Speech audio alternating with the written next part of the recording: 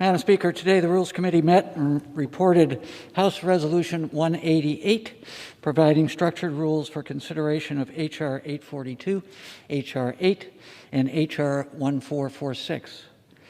For H.R. 842, the rule self-executes a manager's amendment by Chairman Scott, makes and order 19 amendments, and provides for 1 hour of debate equally divided and controlled by the chair and the ranking member of the Committee on Education and Labor.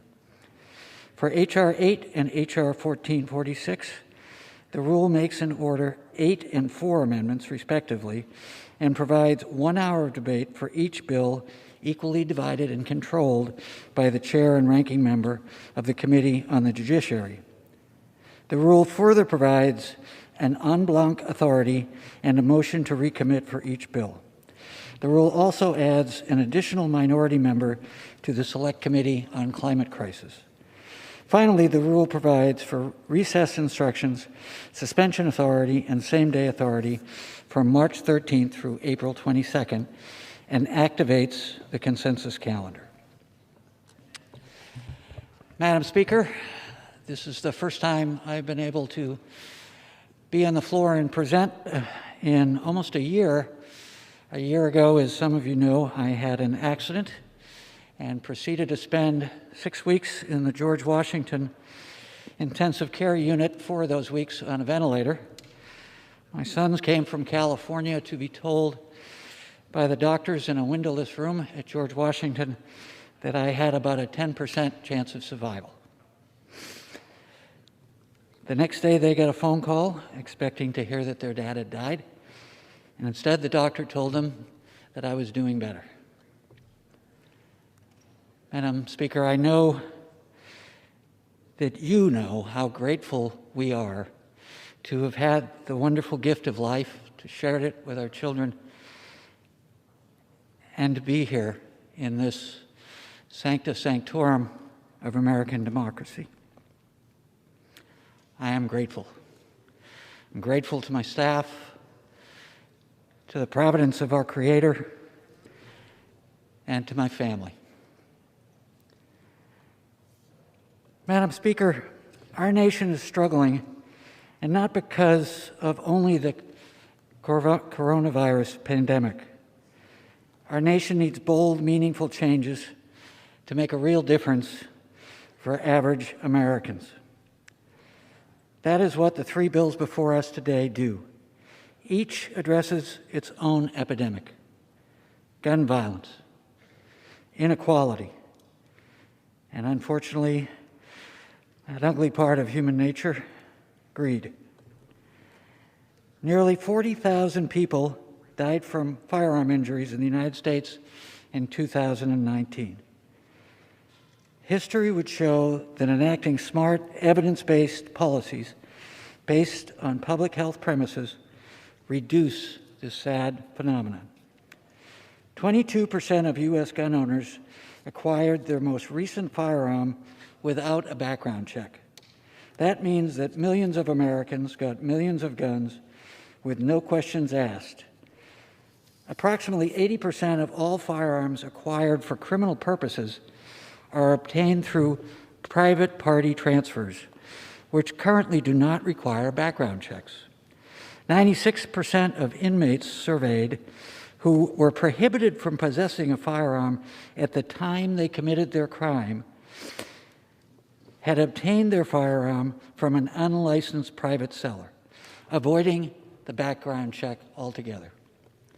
In California, where I am proud to live and serve, all private gun sales must be completed through a licensed firearms dealer, requiring a background check, a universal background check, and a mandatory waiting period. Not coincidentally, and the public health experts will let us know through their evidence-based research, that California has the 9th lowest rate of gun violence across the United States.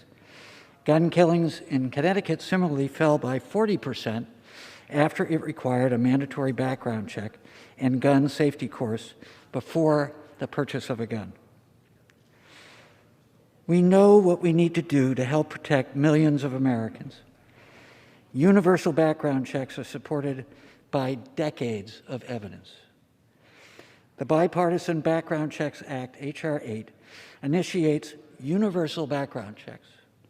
Additionally, the Enhanced Background Checks Act, H.R. 1446, ends the arbitrary rule that if a background check hasn't been completed in 3 days, that the gun can be sold regardless.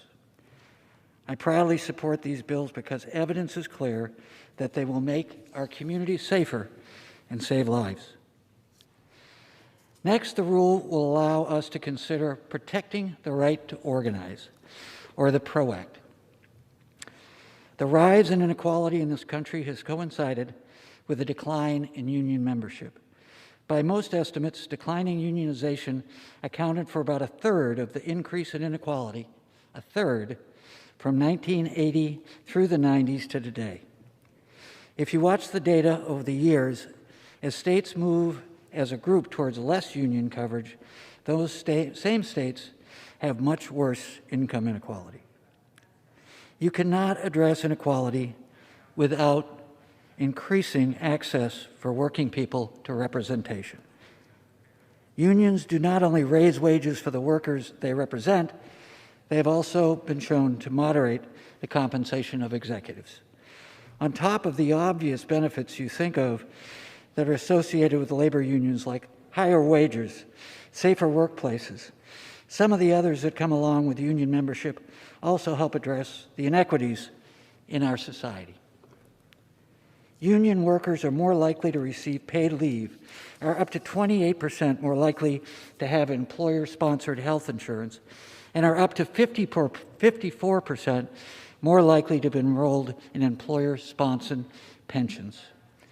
Not only do workers have better access to pensions, but their employers contribute an average of 28% more toward those pensions, retirement security for Americans, than their non-union employers.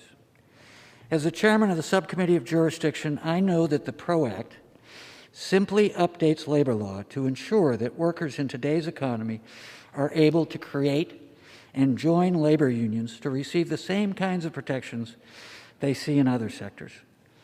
Nothing more.